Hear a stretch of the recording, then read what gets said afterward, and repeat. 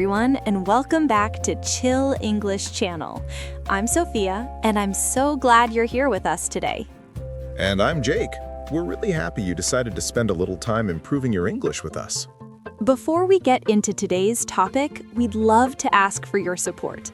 If you enjoy learning with us, follow the channel and share this episode with someone who wants to practice speaking more naturally. Your support helps us create more relaxed and practical conversations just like this one. So, Jake, let's ease into today's theme. We're going to talk about something simple but powerful in daily English conversations. That's right. We're talking about your weekend and how to describe it in a natural and confident way. Almost every Monday, someone asks, "How was your weekend?"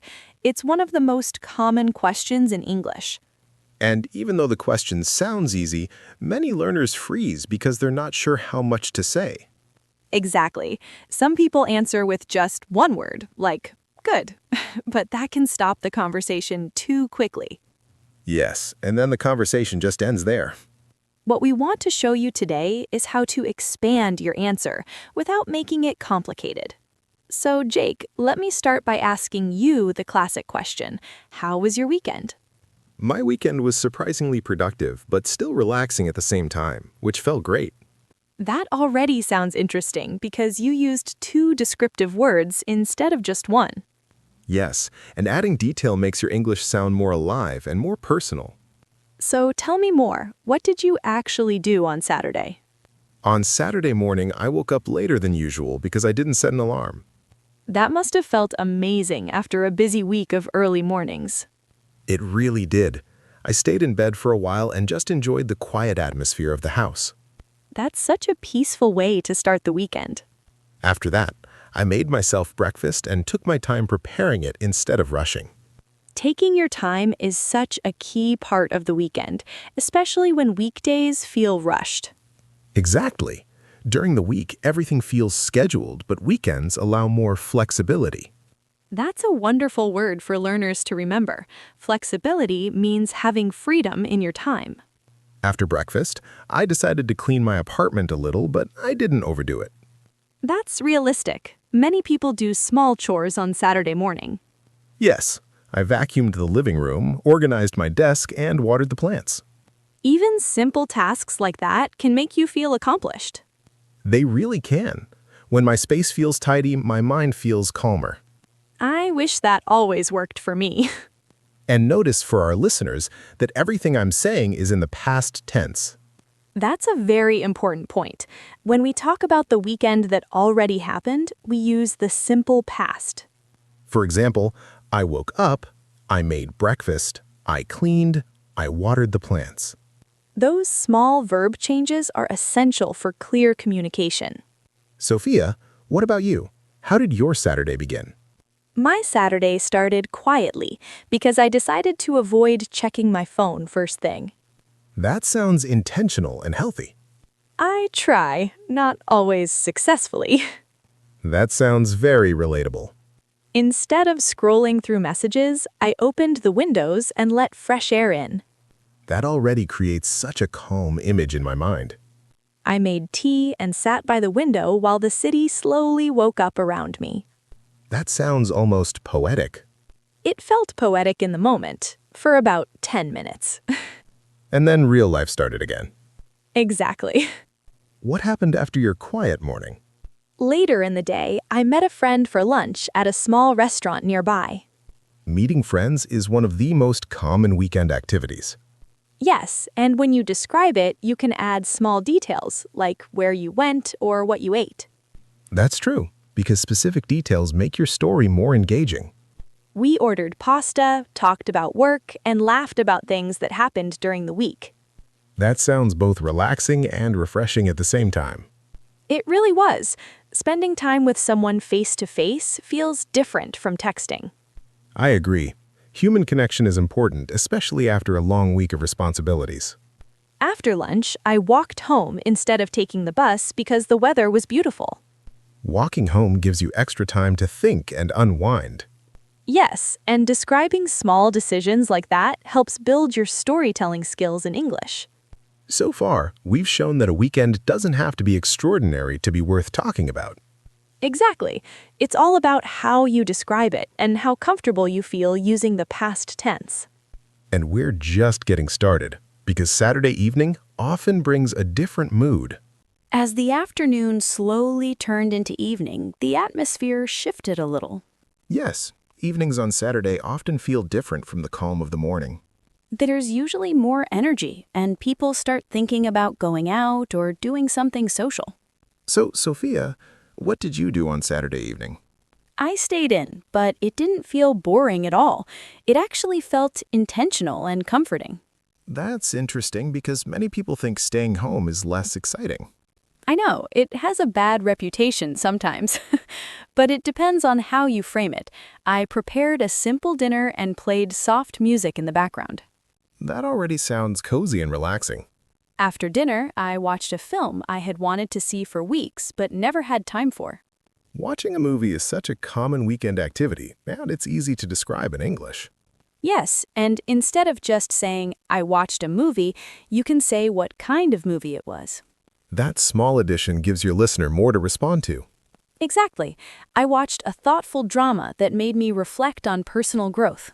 That's a great example because now I can ask you what you liked about it.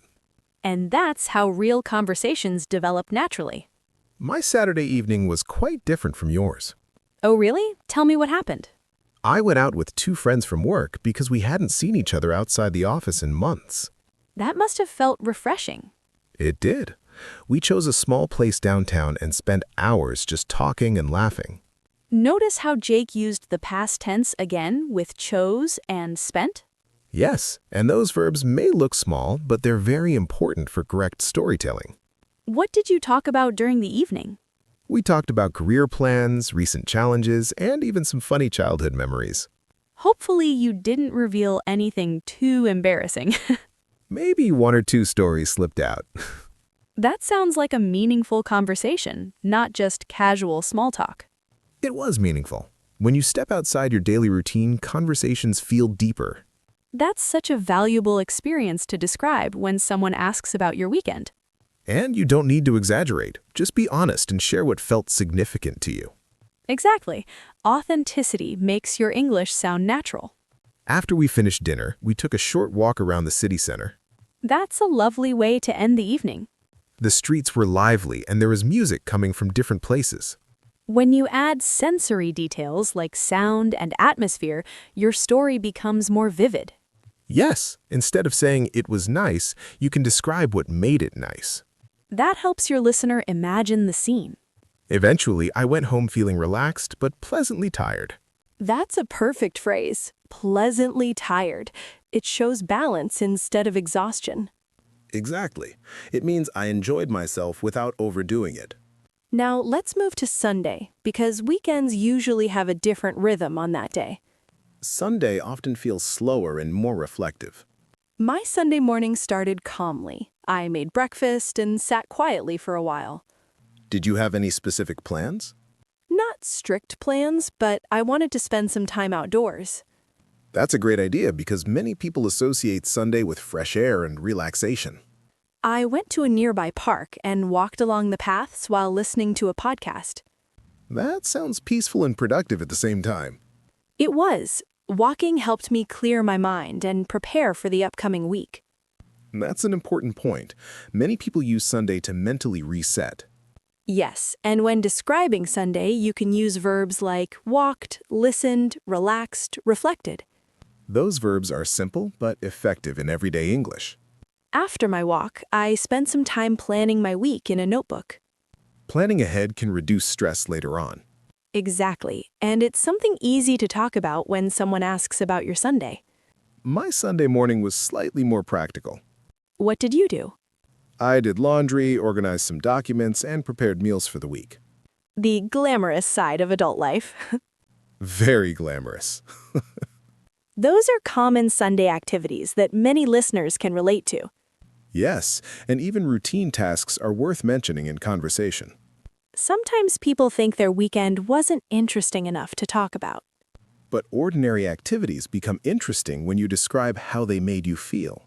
Exactly. Instead of saying, I did chores, you can say, I organized my space and felt accomplished. That small emotional detail makes a big difference. After finishing your tasks, did you relax? Yes, in the afternoon, I sat on my balcony and read a few chapters of a novel. Reading is such a classic Sunday activity. It allowed me to slow down and disconnect from screens for a while. That's another useful phrase, disconnect from screens. By the evening, I felt ready to face Monday without stress. That's the goal of a balanced weekend, feeling prepared instead of overwhelmed. And now that we've described both days, it's time to help our listeners build their own answers. Now that we've shared our weekends, let's focus on helping you describe yours with confidence. Yes, because talking about your weekend is not about using complex grammar. It's about clarity and comfort. When someone asks you about your weekend, take a second to think before answering. That pause is completely natural, and it shows you are organizing your thoughts. You can begin with a general feeling and then add 2 or 3 specific actions. For example, you might say your weekend was calm, exciting, productive, or even challenging. Then you explain why you felt that way using the simple past tense. You could say you visited family, met a friend, cooked something new, or stayed home to rest. The key is to connect the activity with your experience. Instead of saying, I stayed home, you could say, I stayed home and finally relaxed after a stressful week. That extra detail turns a short answer into a real conversation. And remember, your weekend does not need to sound impressive. Absolutely. Some weekends are quiet, and that's perfectly fine. In fact, quiet weekends often give us the best stories because they include reflection. You can describe small moments, like enjoying your coffee slowly or watching the sunset. Those moments show personality, and personality makes your English memorable. Another helpful idea is to describe the sequence of events clearly. You can say what happened in the morning, then in the afternoon, and finally in the evening. That structure helps your listener follow your story without confusion. Also, try to vary your verbs instead of repeating the same one again and again. For example, instead of always saying went, you can say visited, explored, attended, or walked. Expanding your verb choices makes your speech more dynamic. And don't forget to show interest in the other person's weekend, too. Conversation is not only about speaking, it's also about listening carefully. After you answer, you can naturally ask, how about you? That small question keeps the conversation balanced and friendly. Let's imagine a short example together. All right, I'll start. Sophia, how was your weekend? It was really refreshing. On Saturday, I met a friend for lunch and we talked for hours. That sounds lovely. What did you do on Sunday? On Sunday, I stayed home, organized my space, and prepared for the new week. That's a perfect answer because it's clear, detailed, and easy to understand. And notice that I didn't use complicated grammar to express myself. Exactly. Clear communication is more important than perfect sentences. If you make a small mistake with a verb, keep going and don't stop speaking. Confidence grows with practice, not with perfection. You can even practice alone by describing your weekend out loud. Speaking to yourself may feel strange at first, but it builds fluency. It does feel a little strange in the beginning, but it really works. Try describing last weekend right now in your mind. Or quietly to yourself if someone is nearby. Think about where you went, who you saw, and how you felt. Then turn those thoughts into simple past tense sentences. The more often you do this, the more natural it becomes. And soon, when someone asks about your weekend, you won't hesitate. You'll answer smoothly and maybe even enjoy sharing your story. That's what we want for you, comfortable and confident communication. Weekends are small parts of our lives, but talking about them connects us. Every shared experience, even a simple one, builds understanding between people. And that's the real purpose of language. We're really glad you spent this time with us today on Chill English Channel. Keep practicing, keep speaking, and keep noticing the small details in your life. They are the best material for meaningful conversations. Thanks for learning with us, and we'll talk to you again very soon.